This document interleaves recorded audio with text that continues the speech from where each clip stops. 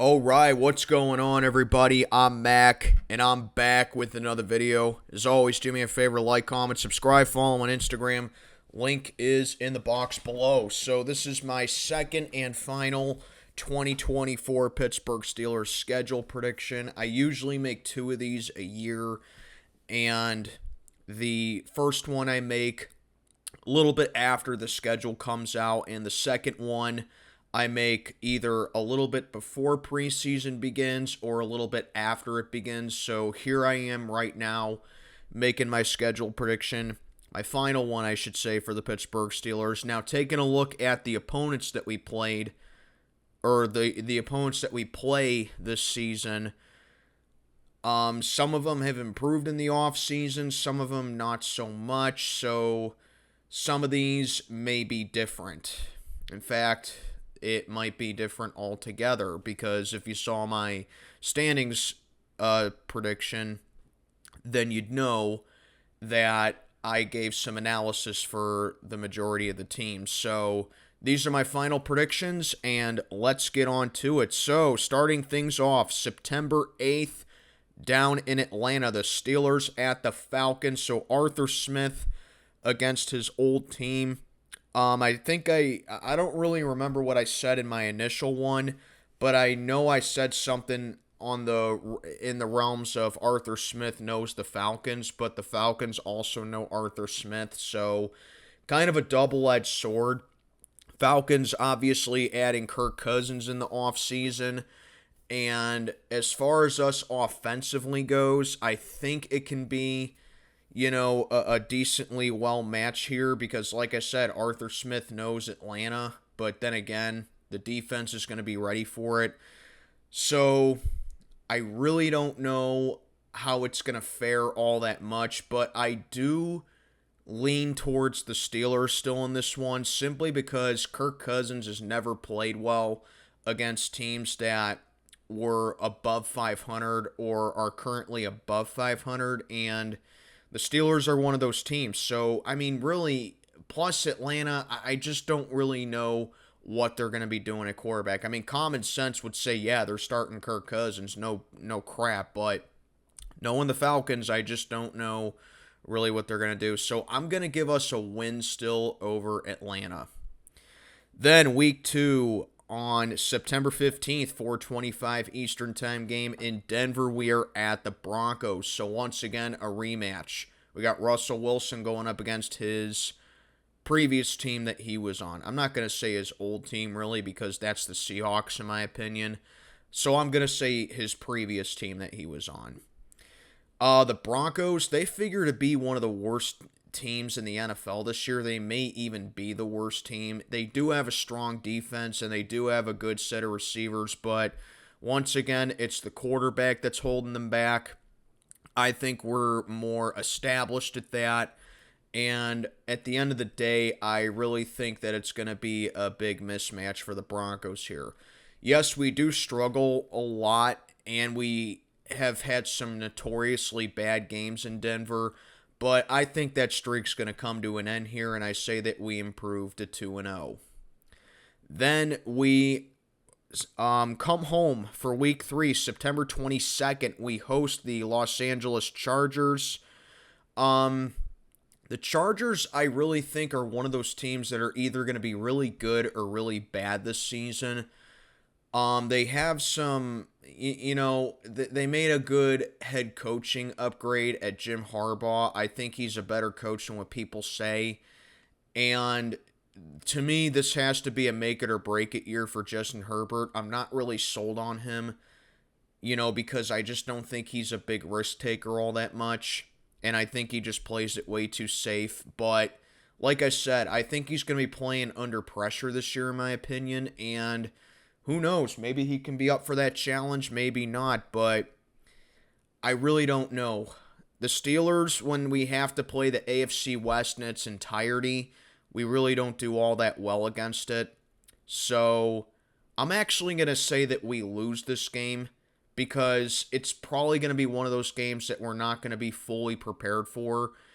And, the Chargers, they've beaten us the last 2 times in Pittsburgh too. So I'm actually going to say we drop this game. This is going to be our first loss of the season, 2-1. Then we are back on the road. So three of our first four games this season are on the road. We're at the Colts in week 4 on September 29th. It's a 1 o'clock kickoff time game. And I'm going to retain that we still lose to the Colts and drop to 2-2. I just think Indy's a better team at this point, and I think that, they're really well coached. They have a nice offense, and with the way that they slaughtered us last season, 30-13, 30 unanswered points, and with a backup quarterback as well, I don't know. It's just going to be a chore to stop Anthony Richardson. Anthony Richardson, I expect a lot of good things out of him this season. So the Colts are one of those teams that I'm pretty high on too, actually. I think that they're going to be a really good team this year. And I'm going to say we drop it to go to 500 at 2-2. Week 5, we come back home for Sunday Night Football against the Dallas Cowboys on October 6th. So Sunday Night Football, it's 8:20 in Pittsburgh. This one was a tough one for me to decide too, because the Cowboys, on one hand, I think they took several steps back this offseason, and I think that they actually got worse. But are they a bad team? No, I don't think they're a bad team. I still think that they're a good team, but I just don't think that they're worthy of winning 12 games. Dak really has to win it all on his own this season for the Cowboys, and he just doesn't strike me as that type of quarterback that's capable of living up to that. They got Ezekiel Elliott back, but Zeke is washed up at this point. They also had some pretty big losses in the offseason as well. And then you got us, our secondary against high-octane receiving cores like the Cowboys have. I just really don't know if I can fully trust it. I don't know. This is definitely a game that can go either way. And I think I said the Cowboys would beat us in my initial one. And I'm going to say that they beat us again still, mainly because of the Cowboys defense.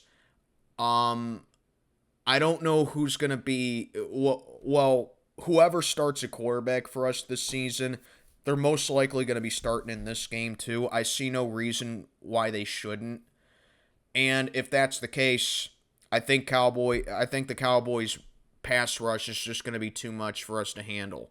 It'll be a close game because we always play the Cowboys in a tough game. When these two play, it's always really close with each other. But I'm going to say the Cowboys get us to drop to 2-3. So once again, I got us having a slow start to the season, little bit of a losing streak, and they just have an early hole to climb out of. And I think we start climbing out of it the next week because we're at the Vegas Raiders for week 6. That's going to be October 13th, 4:05 Eastern Time game in Vegas. So I know that we historically struggle against the Raiders at their venue, specifically in Oakland. But hey, the last time that we were on the road against the Raiders, we beat them on Sunday Night Football with Kenny Pickett. That was our first win against the Raiders in their venue since 1995. And the Raiders, everyone's saying that they're going to be a lot better than what people say. I don't know. I really don't. I really think the Raiders are just a slightly below average team that can be in a game, but am I ready to say that they're, a playoff bound team yet? I really don't know. So I'm going to give us this win here, snap our losing streak, get back to 500. I would say Josh Jacobs, if the Raiders still had him, would be a big factor for us, but for them. But Josh Jacobs, the times that we went up against him, he was a non-factor with us. So I don't know what the Raiders are going to do as far as a game plan goes, and I think that we can get the job done over them again to improve to 3-3. Then we got 2 consecutive home games coming up, and they're both primetime games. As week 7, we have another Sunday nighter. It's against the New York Jets, and that's going to be October 20th. So a Sunday nighter against the Jets. obviously the headline of that one is we figure Aaron Rodgers is going to be coming to Pittsburgh. And the Jets, everyone's saying that they're going to be a playoff team this year. They got a really good run game. They got a nice defense. But I am in the minority that the Jets are not going to be a playoff team. Why? Because, well, sure, Aaron Rodgers is one of the greatest quarterbacks of all time. And he's definitely a million times better than Zach Wilson is. Here's the thing, though. Aaron Rodgers basically missed all of last season, and he's in his early 40s right now. You don't just expect a quarterback, I don't care what caliber it is, to just miraculously come back from missing an entire season, basically, and just playing at, like, God-tier level. It's just not realistic for me to expect. Yes, I think the Jets will keep it a good game with their run game and their defense, but all in all, I just don't think the Jets are going to be a playoff team this year. And then coming to our place where we have a solid defense too, and I think that we can take advantage of Aaron Rodgers in this one and him not fully being 100%. I think that tilts in our favor, and I think that we can make it 2 consecutive wins here. 4-3. I think we get the job done over the Jets. Then we stay at home 8 days later to have the second New York team come in, which is the New York Giants. That's going to be a Monday nighter in Pittsburgh, 8:15 kickoff time on October 28th. So I said this in my initial one too. We always seem to have either a late game against the Giants or a primetime game against them. I don't know what it is, but every time we play the Giants, it's either like CBS's or Fox's game of the week or it's a primetime game. I know when we played them in 2020, it was a Monday nighter as well in New York, but whatever. Anyway, Steelers and the Giants. I'm going to give us a win here too to improve to 5-3, so I think we beat both New York teams this season. Well, really there's 3 New York teams, but we only play 2 of them this year. But anyway, I think we get the job done over the Giants.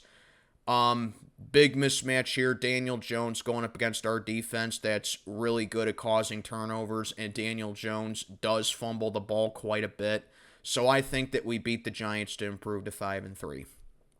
Then we got our bye week. I think week 9 is the perfect week to have a bye week. It's literally in the middle of the season, and that would put us at 5-3 at the bye if all this holds up.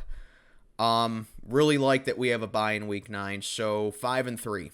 Then, back in action, Week 10, in Washington to play the Commanders. That's going to be November 1st, 1 o'clock kickoff time in D.C.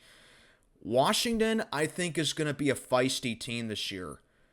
They really improved. They got a nice offense to work with.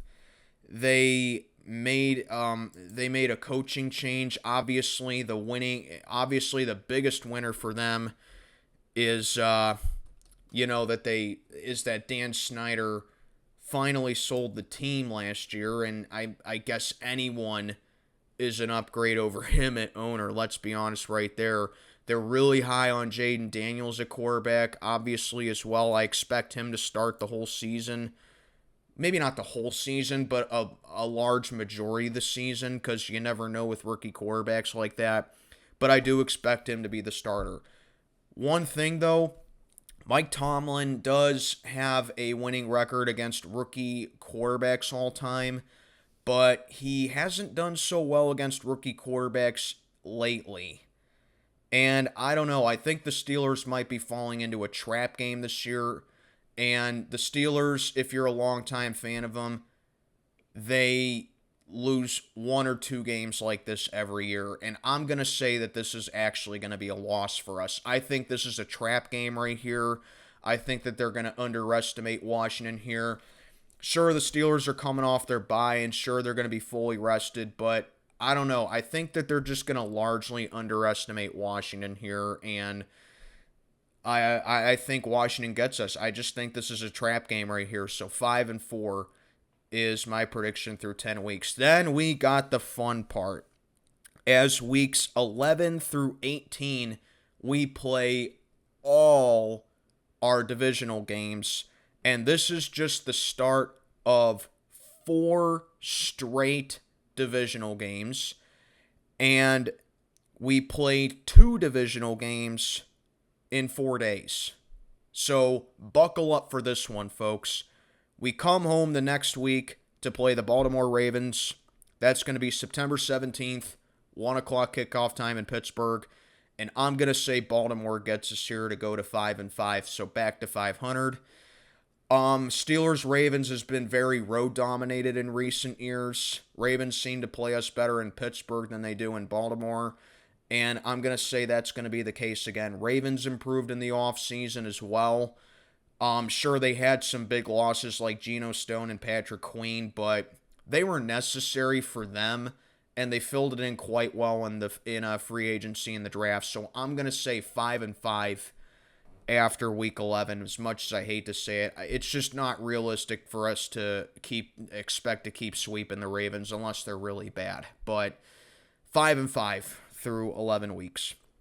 Then 4 days later, we got a Thursday nighter up in Cleveland to play the Browns. That's going to be November 21st, 8:15 kickoff time in Cleveland. Well, at least it's not a really far distance for us because Cleveland to Pittsburgh is only 2 hours. So at least there's that. But still on the road for a Thursday nighter. I was never a fan of that. I was never a fan of Thursday nighters in general unless it's the season opener or Thanksgiving. I've been saying that for years now. And just because of that, I'm going to say the Browns get us to go to 5-6. So 2 3-game losing streaks. I mean, that's just how the Steelers are, in my opinion. We're really inconsistent. We're really up and down. You never know what Steeler team is going to be there. So I'm going to say 5-6 after the first Browns game. And yeah, I mean, I don't think it's going to be a blowout. I just think it's going to be a close game like these two have played in recent years, in this decade pretty much. It's been a lot closer now because the Browns really aren't like a joke anymore. They're just like, they're kind of like us. You never know what Browns team you're going to get. It's just 2 inconsistent teams going at it. So 5-6 is my prediction after 12 weeks. Then 10 days later, we are still on the road in Ohio, going down to Southern Ohio to play the Bengals, as that is going to be December 1st in Cincinnati. So, unlike Cleveland, Cincinnati is a place where the Steelers have thrived. We always play the Bengals really tough in Cincinnati. Big Ben, I know that he's been retired for years now, but Big Ben has only lost to the Bengals twice in Cincinnati in his entire career. That should tell you alone how much we have dominated the Bengals in Cincinnati, and obviously you know that we swept them last year. Yeah, I know Joe Burrow was hurt for both games, but hey, the Bengals still have a high-octane offense, and they're still a well-coached team under Zach Taylor. I was always a Zach Taylor slanderer because of the talent that he had, but if anything showed me about the Bengals last year, it's that they're a really well-coached team because they were putting up some good offensive games with Jake Browning. That's coaching right there, in my opinion.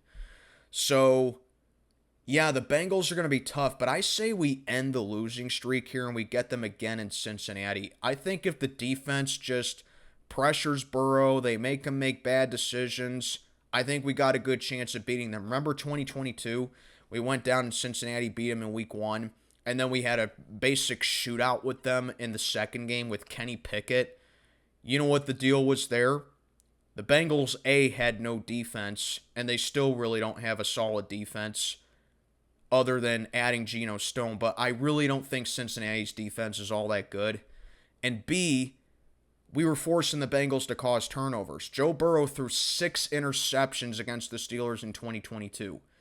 And with a healthy defense here, I really think that we can make that happen again. Now, I don't think it's going to be 6 interceptions, but you get the point. I think we can make him cause turnovers against us. I think we can make him be careless with the football. And we do that, we can beat the Bengals. 6-6 is my prediction after week 13. Alrighty, then we come back home the next week. Week 14, December 8th, the day after my 29th birthday, actually, as we take on the Cleveland Browns in Pittsburgh. And this right here, I think we get the win here to improve to 7-6. I just don't see the Browns sweeping us. They haven't swept us since the 80s. And until the Browns sweep us, I'm going to say that it's going to be at least a split every year. We get back at the Browns, improve to 7-6. And then here's the really fun part.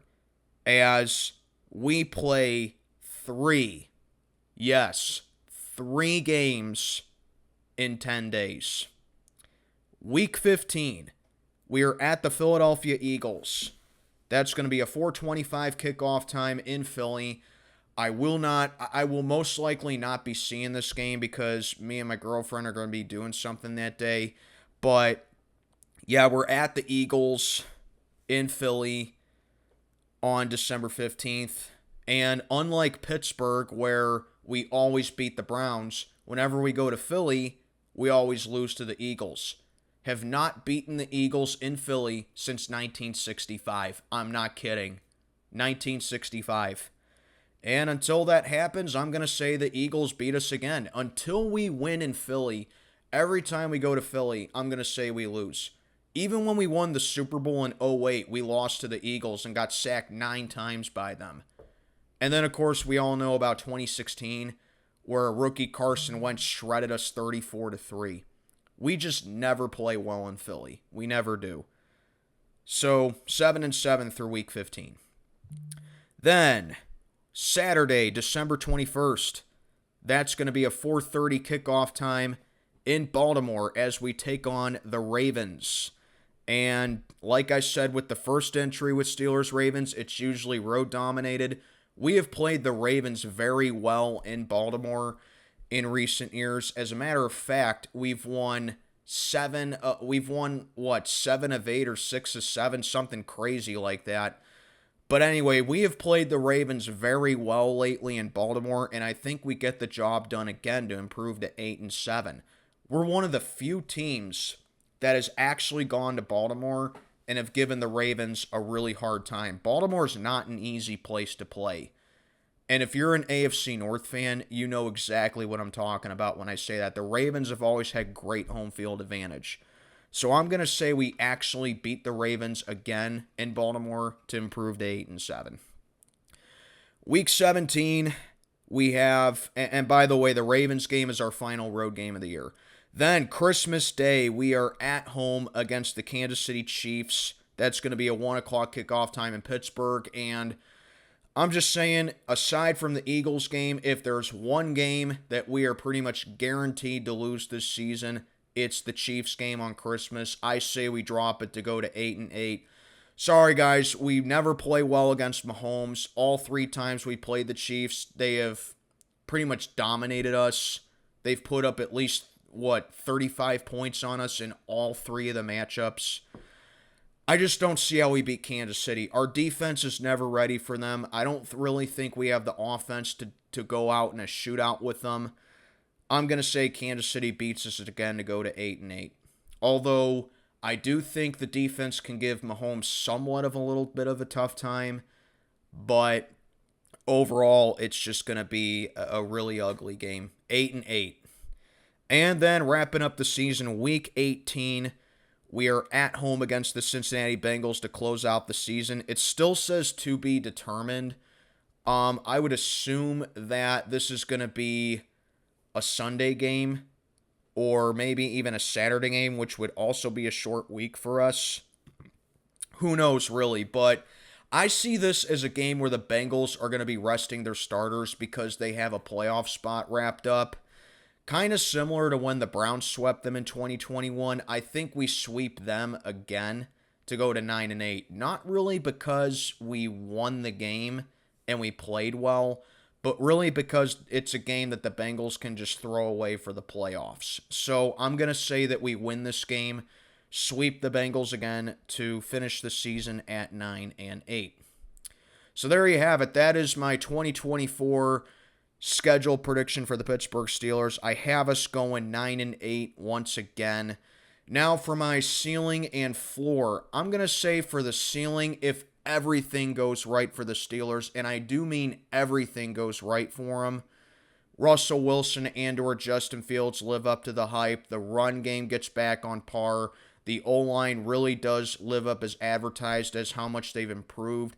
The wide receiving core led by George Pickens and basically Pat Freiermuth at this point all pretty much have breakout seasons. Defense stays healthy and continues to just dominate. Like, if all that happens and Mike Tomlin, knock on wood, doesn't play down to competition in games, if all that happens, I think the Steelers are looking at about 12 to 13 wins as far as their ceiling goes. As far as the floor goes, it's pretty obvious. The Steelers lose games that they should win. Russell Wilson shows that he really was part of a big problem in Denver, and he just plays poorly.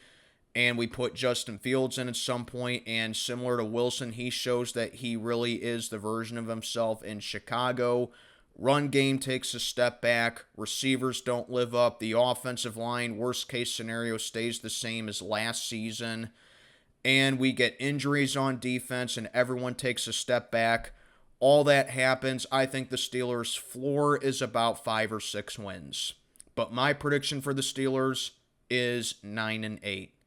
So there you have it. Let me know what you think down in the comments below. And I'm Mac, checking on out for the day. Have a good one, everybody.